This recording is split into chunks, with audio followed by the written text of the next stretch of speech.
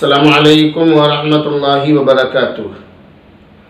Friday comment box کے 5ویں episode کے ساتھ میں آپ کی خدمت میں حاضر ہوں۔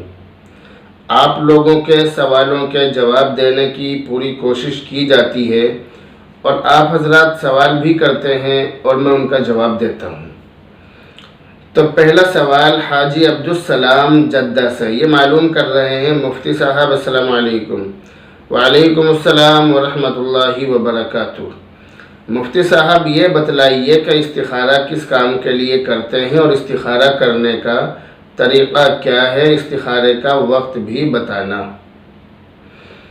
حاجی صاحب اس کی تفصیل یہ ہے کہ حضرت عبداللہ بن عمر رضی اللہ تعالی عنہ کا ارشاد ہے کہ بعض مرتبہ انسان اللہ تعالیٰ سے استخارہ کرتا ہے کہ جس کام میں میرے لیے خیر ہو وہ کام ہو جائے، تو اللہ تعالیٰ اس کے لیے وہ کام اختیار فرما دیتے ہیں جو اس کے حق میں بہتر ہوتا ہے، لیکن ظاہری اعتبار سے وہ کام اس بندے کی سمجھ میں نہیں آتا تو وہ بندہ اپنے پروردگار پر ناراض ہوتا ہے کہ میں نے تو اللہ تعالیٰ سے یہ کہا تھا کہ میرے لیے اچھا کام تلاش کیجیے، لیکن جو کام ملا وہ تو مجھے اچھا نظر نہیں آ رہا، اس میں تو میرے لیے تکلیف اور پریشانی ہے۔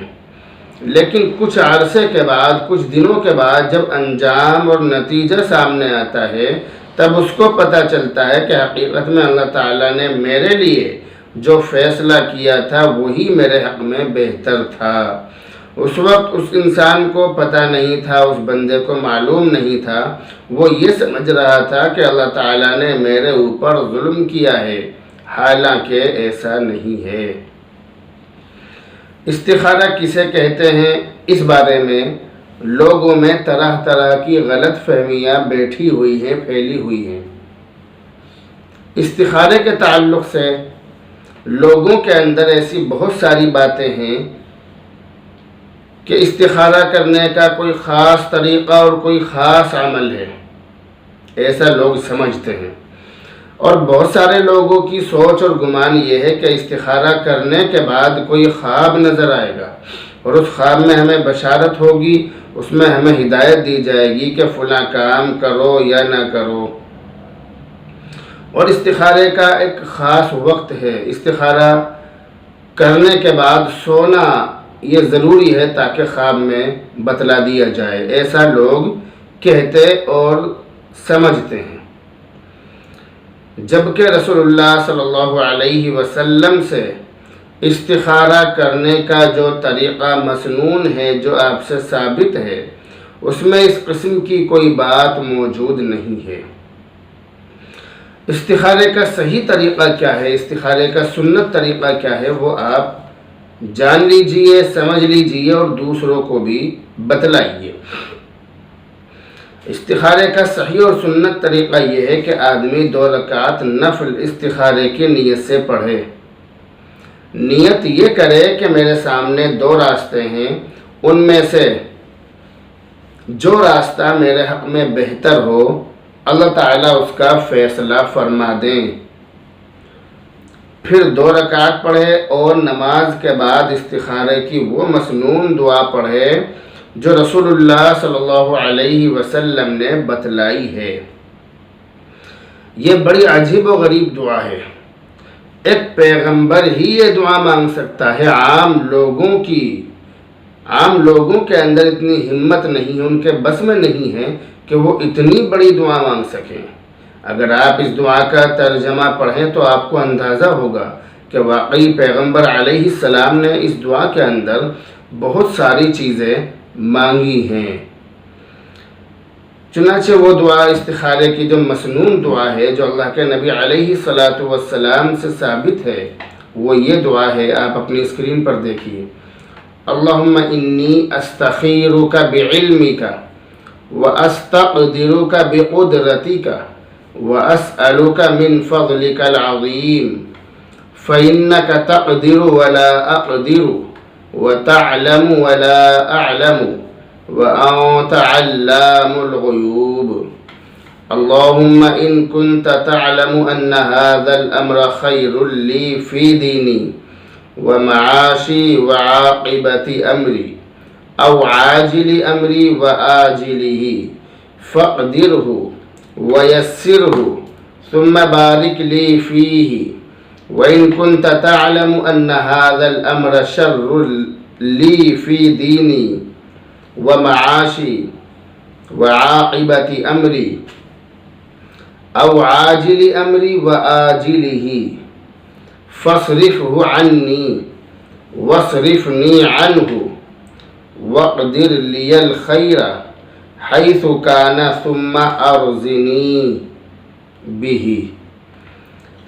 یہ دعا ہے جو اللہ کے نبی علیہ الصلاۃ والسلام سے ثابت ہے. اللہ کے نبی علیہ الصلاۃ والسلام نے اس دعا کو پڑھنے کے لیے بتلایا ہے. ہم استخارہ کریں اور استخارہ اس طرح کریں جس طرح میں نے بتلایا. استخارے کی نیت یہ کریں، اے اللہ میرے سامنے دو راستے ہیں، ان میں سے جو بہتر ہو مجھے میرے حق میں اس کا فیصلہ فرما دے. اس کے بعد 2 رکعت نفل پڑھیں استخارے کی نیت سے. نماز کے بعد ہم اس دعا کو ہاتھ اٹھا کر اس طرح یا ہاتھ اٹھائے بغیر ہم اس دعا کو پڑھیں. اس کے بعد اللہ تعالیٰ سے دعا کریں، جو ہمارے حق میں بہتر ہوگا وہی فیصلہ ہو جائے گا. استخارہ کرنے کے بعد کوئی شخص شرمندہ نہیں ہوگا، آج تک شرمندہ نہیں ہوا ہے. اگر استخارہ کریں گے تو اللہ تعالیٰ صحیح راستہ دکھلاتا ہے. بہت سارے لوگ یہ سمجھتے ہیں کہ استخارہ ہمیشہ رات میں ہی کرنا چاہیے یا عشاء کی نماز کے بعد ہی کرنا چاہیے، جبکہ ایسا ضروری نہیں ہے، بلکہ جب بھی آپ کو موقع ملے، جب بھی وقت ملے، اس وقت استخارہ کر لیں. نہ رات کی کوئی قید ہے، نہ سونے اور جاگنے کی کوئی قید ہے، کسی طرح کی کوئی قید نہیں ہے. اور استخارہ کرنے کے بعد خواب آنا ضروری ہے یا نہیں؟ تو بعض لوگ سمجھتے ہیں کہ استخارے کے بعد خواب آئے گا، خواب میں ہمیں بتلایا جائے گا کہ یہ کام کرو یا نہ کرو، خواب میں ہمیں اس چیز کے بارے میں رہنمائی کی جائے گی، جبکہ ایسا نہیں ہے. یاد رکھیے، خواب کا آنا کوئی ضروری نہیں ہے کہ خواب میں کوئی بات ضرور بتائی جائے یا خواب میں کوئی اشارہ ضرور دیا جائے، ایسا نہیں ہے. بعض مرتبہ خواب آ جاتا ہے اور بعض مرتبہ خواب نہیں آتا، خواب میں کوئی بات نہیں بتلائی جاتی. سوال نمبر 2، قاری محمد اسلم منی پور امپھال سے یہ معلوم کر رہے ہیں، مفتی صاحب السلام علیکم. قاری صاحب وعلیکم السلام ورحمۃ اللہ وبرکاتہ. یہ کہہ رہے ہیں،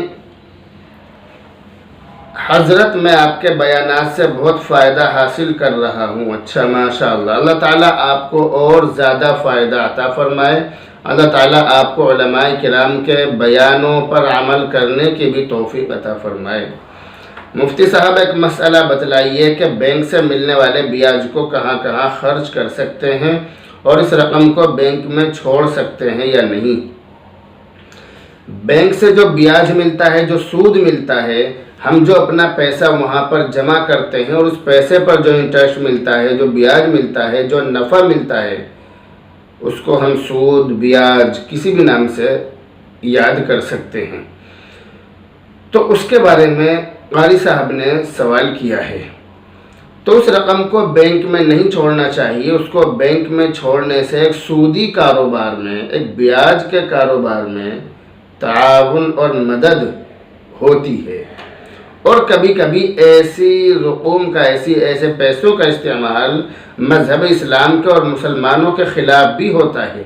اس لیے رقم کا نکال لینا اور نکال کر فقیروں اور مسکینوں پر خرچ کرنا یہ واجب اور ضروری ہے. اس لیے اس سے منع کیا گیا ہے کہ اس رقم کو بینک میں چھوڑا جائے. اس سے سختی سے منع کیا گیا ہے، بینک میں نہیں چھوڑ سکتے. اس رقم کو مسجد میں لگانا، مسجد کی تعمیر میں اس کا استعمال کرنا، یہ مسجد کی عظمت اور حرمت کے خلاف ہے.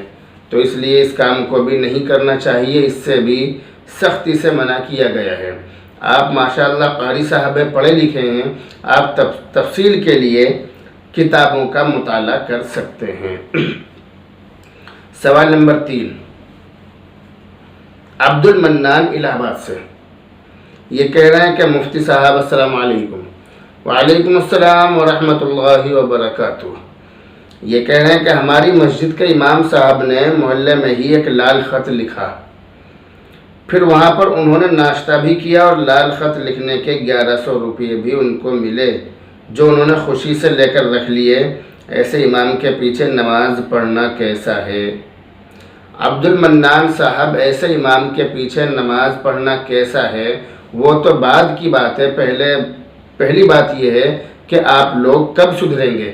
یہ جو غیروں کی رسمیں ہیں، آپ ان رسموں سے توبہ کب کریں گے؟ مسجدوں کے امام اور مدرسوں کے علماء کرام، اس امت کے رہنما آپ لوگوں کو سمجھا کر تھک چکے ہیں، لیکن آپ ٹس سے مس ہونے کے لیے تیار نہیں ہیں۔ اپنی مالداری کے گھمنڈ میں آپ لوگ بڑی بڑی رسمیں، بڑی بڑی چیزیں کر رہے ہیں، ان چیزوں سے آپ کو توبہ کرنی چاہیے۔ اور آپ نے جو امام صاحب کے بارے میں سوال کیا ہے، اس سے پہلے آپ کو ان لوگوں کے بارے میں سوال کرنا چاہیے جنہوں نے وہ مجلس منعقد کی تھی، جنہوں نے لال خط کی مجلس جمائی تھی، ان لوگوں کے بارے میں پہلے سوال کرنا چاہیے۔ امام صاحب نے جو لال خط لکھا ہے، تو وہ لال خط لکھنا وہ انہوں نے صحیح نہیں کیا، غلط کیا ہے۔ لال خط غیروں کی رسم ہے، اور غیروں کی رسم سے جتنا بچا جا سکے بچنے کی کوشش کرنی چاہیے۔ اس لیے امام صاحب کو لال خط لکھ کر اور ان کے یہاں پر ناشتہ کر کے پیسہ نہیں لینا چاہیے، ناشتہ بھی نہیں کرنا چاہیے، پیسہ بھی نہیں لینا چاہیے، لال خط بھی نہیں لکھنا چاہیے۔ لیکن عبد المنان صاحب، پریشانی کی بات یہ ہے کہ اگر آپ نے جن امام صاحب کے بارے میں یہ سوال کیا ہے، اگر وہ لال خط نہ لکھتے تو انہیں اپنا استعفیٰ لکھنا پڑتا، انہیں مسجد کی امامت سے ہاتھ دھونا پڑتا، اس لیے انہوں نے مجبوری کی حالت میں لال خط لکھا ہے۔ آپ اس چیز کو اگر چاہیں تو ان سے معلوم کر سکتے ہیں۔ اب یہ سوال نمبر 4۔ السلام علیکم۔ وعلیکم السلام ورحمۃ اللہ وبرکاتہ۔ کیا حال ہیں؟ یہ پوچھ رہے ہیں کیا حال ہیں۔ اللہ کا شکر ہے، آپ کی دعائیں ہیں۔ مفتی صاحب یہ بتلائیے کہ میری شادی نہیں ہو رہی ہے، اب تو رشتے آنے بھی بند ہو گئے ہیں، میں کیا کروں؟ کوئی وظیفہ بتلا دو کم سے کم۔ جناب علی، جس کی شادی نہ ہوتی ہو تو اس کے لیے بہت اچھا وظیفہ میں نے اپنے پچھلے فرائیڈے کمنٹ باکس کے ایپیسوڈ میں آپ کو بتلایا تھا، آپ چاہیں تو وہاں پر دیکھ سکتے ہیں۔ ساتھ ہی آپ اس دعا کو عشاء کی نماز کے بعد 313 بار روزانہ پڑھیں، انشاءاللہ رشتے بھی آئیں گے، شادی بھی ہوگی۔ اور اگر خوبصورت بیوی درکار ہے، خوبصورت بیوی آپ کو چاہیے، تو اس کے لیے آپ وہ وظیفہ کیجئے، خوبصورت بھی اور خوبصیرت بھی، اس کے لیے وہ وظیفہ کیجئے جو میں نے اپنے پچھلے فرائیڈے کمنٹ باکس میں بتلایا تھا۔ اب یہ جو دعا ہے، یہ دعا آپ کو عشاء کی نماز کے بعد روزانہ 313 بار پڑھنی ہے۔ دعا یہ ہے، وَهُوَ الَّذِي خَلَقَ مِنَ الْمَاءِ بَشَرًا فَجَعَلَهُ نَسَبًا وَصِهْرًا۔ یہ قرآن کریم کے اندر 19ویں پارے میں ہے، آپ اپنی اسکرین پر دیکھیے اس دعا کو۔ سوال نمبر 5، مولانا نواب علی قاسمی شملہ سے، یہ کہہ رہے ہیں مفتی صاحب چھپکلی مارنا کیسا ہے؟ تو مولانا نواب علی قاسمی صاحب، چھپکلی مارنا ثواب کا کام ہے۔ چنانچہ مسلم شریف کی ایک حدیث ہے، بہت مشہور حدیث ہے، اللہ کے نبی علیہ السلام نے ارشاد فرمایا کہ جو شخص چھپکلی کو پہلی ضرب میں ہلاک کر دے تو اس کو اتنی نیکیاں ملیں گی، اور جو شخص اسے دوسری ضرب میں ہلاک کرے تو اسے اتنی نیکیاں ملیں گی۔ اس مرتبہ آپ نے پہلے سے کم نیکیاں بیان فرمائی، اور جو شخص اسے تیسری ضرب میں ہلاک کر دے، تیسری مار میں اس کو ہلاک کر دے تو اسے اتنی نیکیاں ملیں گی، اور اس مرتبہ آپ نے دوسری مرتبہ سے بھی کم نیکیاں بیان فرمائی ہیں۔ سوال نمبر 6 اور آخری سوال، محمد زاہد لکھنؤ اتر پردیش سے، یہ کہہ رہے ہیں السلام علیکم۔ وعلیکم السلام ورحمۃ اللہ وبرکاتہ۔ ان کا سوال یہ ہے کہ کچھ سال پہلے میری خالہ کی شادی ہوئی تھی، بہت اچھی بات ہے، شادی ہوئی تھی اور ان کے 2 بچے بھی ہیں ماشاءاللہ، اللہ تعالیٰ ان بچوں کی عمر میں برکت عطا فرمائے، لیکن ان کے شوہر نے انہیں طلاق دے دیا، انا للہ و انا الیہ راجعون، اور انہوں نے یہ اقرار بھی کر لیا کہ انہوں نے 1 نہیں بلکہ 3 طلاق دی تھیں، لیکن اب دونوں ایک ساتھ رہنا چاہتے ہیں اور ایک غیر مقلد کی باتوں میں آ کر 3 طلاق کو ایک طلاق مان رہے ہیں اور دونوں ایک ساتھ رہنے پر راضی ہیں، تو کیا یہ صحیح ہے؟ نیز اگر دونوں 3 طلاق کو ایک طلاق مان کر ایک ساتھ رہیں تو کیا گناہ ہوگا یا نہیں ہوگا؟ جبکہ دونوں حنفی مسلک کے ماننے والے ہیں، برائے مہربانی جواب دیں۔ ایک اور بات یہ کہ میری خالہ اور ان کے شوہر تقریباً 2-2.5 سال سے ایک دوسرے سے طلاق ہونے کے بعد سے الگ رہ رہے ہیں۔ سوال بہت لمبا ہے، جواب بہت مختصر دیا جائے گا۔ آپ کی باتوں سے ایسا لگ رہا ہے کہ آپ کو اس بات کا علم ہے کہ 3 طلاق 3 ہی مانی جاتی ہیں، ایسا لگ رہا ہے۔ اور دوسری بات، جب شوہر نے اقرار کر ہی لیا ہے کہ ہاں میں نے 3 طلاق دی ہے تو پھر ساری بات ہی ختم، سارا قصہ ہی ختم ہو گیا۔ غیر مقلد سے جو آپ نے مسئلہ معلوم کیا ہے ان سے مسئلہ پوچھنا اور اس پر عمل کرنا گمراہی کے علاوہ اور کچھ نہیں ہے، اس لیے اس سے آپ توبہ کر لیجئے۔ اب یہاں پر مسئلہ آ گیا کہ ہم حنفی مسلک کے ماننے والے ہیں اور مسئلہ غیر مقلد سے معلوم کیا ہے، تو اس لیے یہاں پر میں آپ کو قرآن و حدیث کی روشنی میں ایک مشورہ یہ دیتا ہوں کہ آپ ماشاءاللہ پڑھے لکھے ہیں، اچھی طرح پڑھے لکھے انسان ہیں، اور آج کے زمانے میں کوئی مشکل نہیں ہے، ہر زبان میں قرآن کریم کے ترجمے اور حدیثیں آ رہی ہیں، تو آپ اس کی تفسیر قرآن کریم کے 2 پارے میں سورہ بقرہ کی آیت نمبر 229 میں اور اللہ کے نبی علیہ الصلاۃ والسلام کی بہت ساری احادیث ہیں، آپ ان حدیثوں میں اپنے اس سوال کا جواب دیکھیے کہ 3 طلاق 3 مانی جاتی ہیں یا 1 مانی جاتی ہے۔ آپ اس سوال کا جواب وہاں پر دیکھ لیجئے، قرآن کریم کے اندر بھی موجود ہے، 2 پارے میں سورہ بقرہ کی آیت نمبر 229 میں صاف طور سے لکھا ہوا ہے، آپ اس کو پڑھ لیجئے اور کسی کی باتوں میں آ کر اپنی آخرت برباد مت کیجیے۔ تو یہ تھے اس ہفتے کے کچھ سوالوں کے جواب۔ سوال تو بہت آتے ہیں اور جواب دینے کے لیے وقت بھی درکار ہوتا ہے، وقت بھی چاہیے، لیکن آپ کی محبت میں کچھ سوالوں کے جواب دینا ضروری سمجھا جاتا ہے، اس لیے آپ ان کو خود بھی سیکھیے اور دوسروں کو بھی یہ باتیں شیئر کیجیے۔ اپنے سوالات ہمیں بھیجتے رہیے۔ السلام علیکم ورحمۃ اللہ وبرکاتہ۔